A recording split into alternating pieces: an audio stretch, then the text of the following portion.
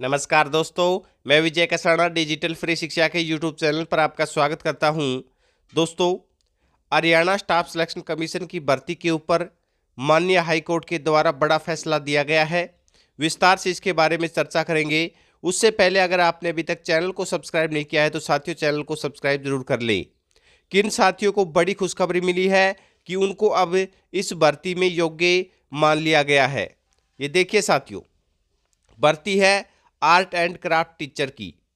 816 पद थे। अब इसमें साथियों मामला ये था कि ये भर्ती 2006 में आई थी।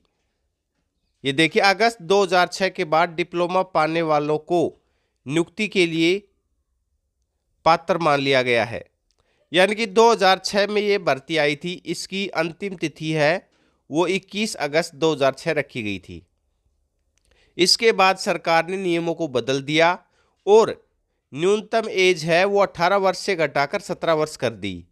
फिर नए आवेदन मांगे गए, तो जो नए आवेदन मांगे गए उसको स्वीकार करने का फैसला किया गया और याचिकाकर्ताओं ने कहा कि उनका डिप्लोमा आवेदन की अंतिम तिथि के बाद का है, लेकिन सरकार ने 2008 में, यानी कि साथियों 21 अगस्त 2006 के तो बाद का है, लेकिन जब 2008 में नए सिरे से आवेदन मांगे गए थे और उस समय याचिकाकर्ता के पास डिप्लोमा मौजूद था, तो सरकार ने उनके डिप्लोमा को मानने से इनकार कर दिया था और पहली कट ऑफ के बाद डिप्लोमा वैध नहीं है। याची ने कहा कि इस प्रकार भर्ती के अंतिम दौर में उनका आवेदन अस्वीकार नहीं किया जा सकता। हाई कोर्ट ने याची पक्ष की दलीलों से सहमति जताते हुए 2008 में दोबारा जब आवेदन मांगे गए थे तो कैसे 2006 की अंतिम तिथि को आधार बनाया जा सकता है।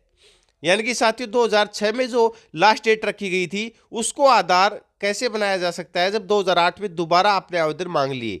तो साथियों अब माननीय हाई कोर्ट ने इस भर्ती में योग्य कैंडिडेटों को जल्दी ही नियुक्ति के आदेश दे दिए हैं। यानी कि जो 2008 में जब आवेदन मांगे गए थे उस समय जो कैंडिडेट एलिजिबल था या जिसके पास डिप्लोमा मौजूद था उसको अब जो हरियाणा सरकार या HSSC है वो अयोग्य करार नहीं दे सकती।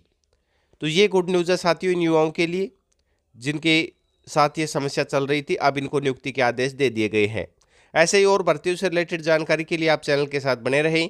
अपना कीमती समय देने के लिए बहुत बहुत धन्यवाद।